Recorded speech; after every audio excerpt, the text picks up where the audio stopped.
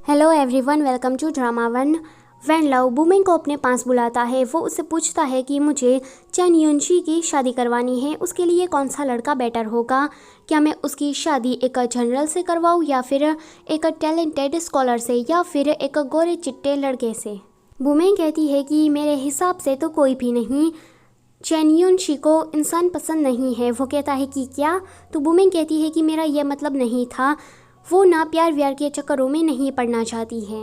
Van लाओ कहता है कि अच्छा ऐसी बात है तो मैं इस मामले को उस पर ही छोड़ दूंगा। मैं ना उसके लिए ब्लाइंड डेट्स अरेंज करूंगा और वो भी बुयू के साथ। बूमिंग कहती है कि बिल्कुल भी नहीं। आगे युनशी आ जाती है।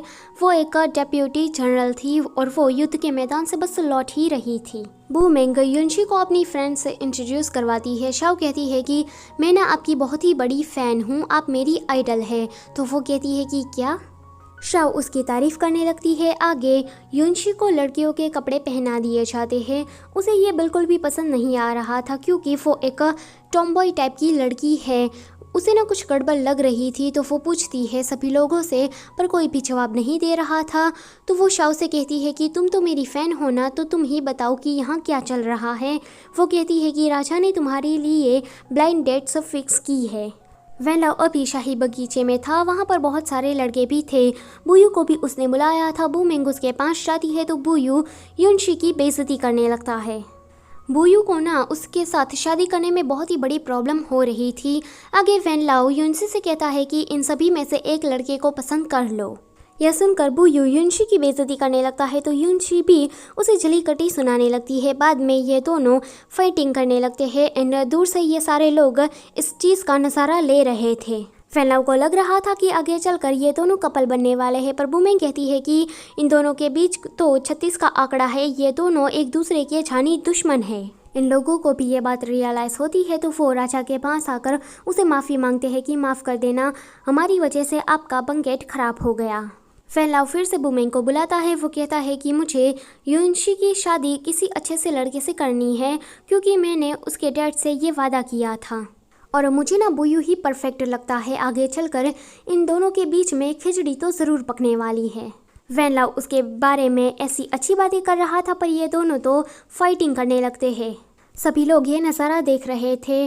बुयू उसे सज़ा देता है कि तुम घोड़े को नहलाने का काम करो, क्योंकि बुयू फर्स्ट रैंक पर था और वो सेकेंड रैंक पर थी। तो इस हिसाब से बुयू उसे कोई भी सज़ा दे सकता है। वो घोड़े को नहलाने का काम कर रही थी। उसके पास एक चूफांग नाम का लड़का आता है। वो उसके साथ घोड़े नहलाने में उसकी मदद करने लगता है। वो बातों ही बातों में कह देता है कि वो उसे बहुत ही ज़्यादा पसंद करता है एंड उसके साथ शादी करना चाहता है। ये सुनकर वो तो बड़ी ही खुश हो जाती है, पर बुयू जो कि ये बातें सुनकर थोड़ा अपसेट हो जाता है। आगे युनशी आकर बूमिंग को ये बात बताती है कि शुफेंग ने उसे प्रपोज किया है एंड वो उसकी तारीफ़ करने लगती है। बूमिंग अपने भाई के पास जाकर कहती है कि देखो, उसको ना एक लड़के ने प्रपोज कर दिया है, अब वो शादी भी करने वाली है, लगता है कि तुम हार्ट ब्रोकन हो।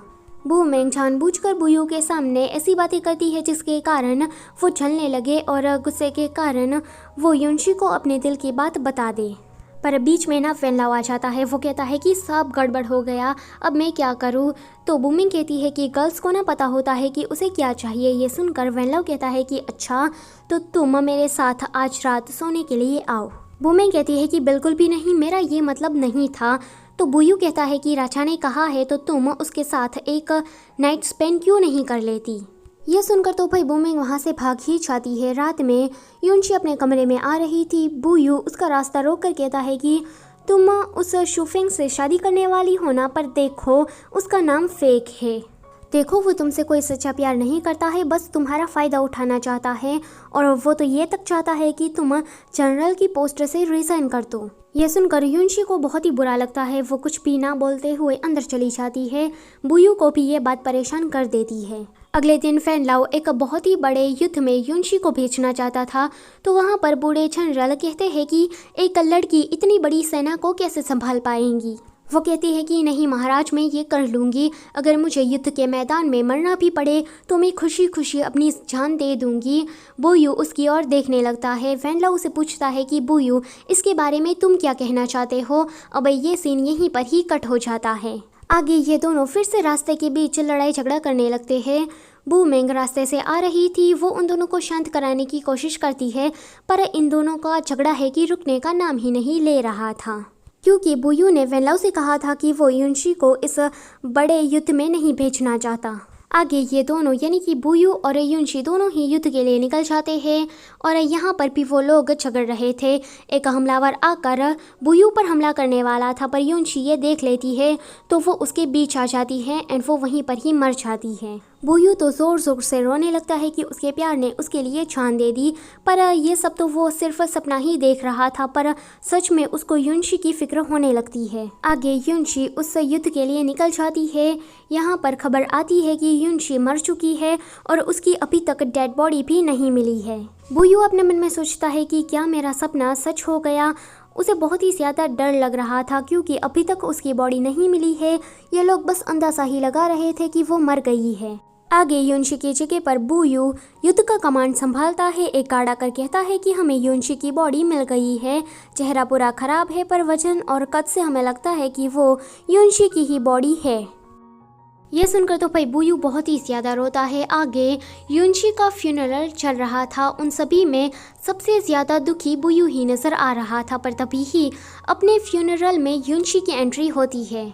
सारे लोग तो शॉक थे कि ये जिंदा कैसे है। युनशी कहती है कि बुयू इतना रोने के लिए थैंक यू। बूमेंग कहती है कि तुम्हारे साथ हुआ क्या था, तो वो कहती है कि एक हीरो ने मुझे बचा लिया था, इसलिए मैं जिंदा हूँ। आगे युनशी जा रही थी तो बुयू उसका रास्ता रोक कर कहता है कि मुझे लगा था कि तुम तो मर ही गई हो। मुझे ये लगा कि मैं ज़िंदगी में तुम्हें कभी भी नहीं देख पाऊँगा। वो बस ऐसी ही इमोशनल बातें किए जा रहा था। युनशी को ये सब मजाक लग रहा था तो वो वहाँ से चली जाती है। युनशी शुफिंग से जाकर मिलती है। शुफिंग उसे कहता है कि देखो युनशी, मैं तुमसे सच में बहुत ही ज़्यादा प्यार करता हूँ। मैं इसलिए ऐसा नहीं चाहता कि युद्ध में तुम्हें कुछ हो जाए। मैं तुम्हारे बगैर नहीं रह सकता और तुम मेरे प्रपोजल का जल्दी ही जवाब दे देना। दूर से ये सब कुछ बुयू भी सुन लेता है। आगे बुयू शगुन वगैरह लेकर युनशी के घर पर जाता है। वो उससे मिलता है। वो उसे अपने दिल की बात बताने के लिए चाहता है, पर युनशी कुछ भी समझ नहीं पा रही थी, तो वो कहती है कि कहना क्या चाहते हो। बुयू उसे कहता है कि मुझे तुम्हारी केयर करने दो और तुम शुफेंग को हाँ मत कहना। वो कहती है कि हम दोनों तो दुश्मन थे ना, ज़रूर तुम कोई प्लान बना रहे होगे, तुम ना बहुत ही ज़्यादा चालाक हो, क्या तुम मेरा मजाक बनाना चाहते हो। तो वो कहता है कि नहीं, जब तुम खो गई थी और तुम्हारे मरने की खबर आई तो मेरा दिल सच में दुखा था। तब मुझे एहसास हो गया कि मैं सिर्फ़ और सिर्फ तुमसे ही प्यार करता हूँ। पर युनशी उसकी बात को ज़्यादा माइंड नहीं करती एंड चली जाती है। अब ये बात वेनलाओ तक पहुंच जाती है। वेनलाओ युनशी से कहता है कि जल्दी से शुफेंग और बुयू में से एक को चूज़ कर लो, तो युनशी शुफेंग को चूज़ कर लेती है। ये जानकर बुयू को बहुत ही ज़्यादा बुरा लगता है। युनशी की अब शादी शुफेंग के साथ होने वाली थी। बुयू देवदास बना ड्रिंक कर रहा था, पर उसे अचानक से ही क्या होता है कि वो घोड़ा लेकर जल्दी से युनशी की शादी में जाने लगता है। यहाँ पर युनशी भी अपनी शादी को छोड़कर आ रही थी। वो कहती है कि मुझे रियलाइज़ हो गया है कि मैं सिर्फ और सिर्फ तुमसे ही प्यार करती हूँ। यह सुनकर बुयू तो खुश हो जाता है। युनशी उसे पकड़कर किस कर लेती है। आगे ये दोनों ही राजा के सामने थे। वेनलाओ गुस्सा हो रहा था कि तुमने क्या शादी को मजाक बना कर रखा है। ये दोनों माफ़ी मांगे जा रहे थे। वेनलाओ उसे डांट रहा था, पर वो मन ही मन में खुश था। वो कहता है कि मुझे तो ये बात पहले से ही पता थी, मैं तुम दोनों की शादी धूमधाम से करवाना चाहता हूँ। आगे बुयू और युनशी की शादी हो जाती है। ये लोग अपनी फर्स्ट नाइट स्पेंड करने वाले थे। दूर से ही वेनलाओ और बूमेंग उन्हें देखकर खुश हो रहे थे। वेनलाओ कहता है कि हमारी भी फर्स्ट नाइट ऐसी ही होगी। ये सुनकर बूमेंग तो ब्लश करने लगती है, पर वो लोग देखते हैं कि ये लोग तो सुहाग रात के दिन भी लड़ाई झगड़ा करने लगे हैं। वेनलाओ कहता है कि इन लोगों का कुछ भी नहीं हो सकता। सो ये वाला पार्ट होता है यहीं पर ही ख़त्म। Don't forget to like, share and subscribe. Thank you for watching.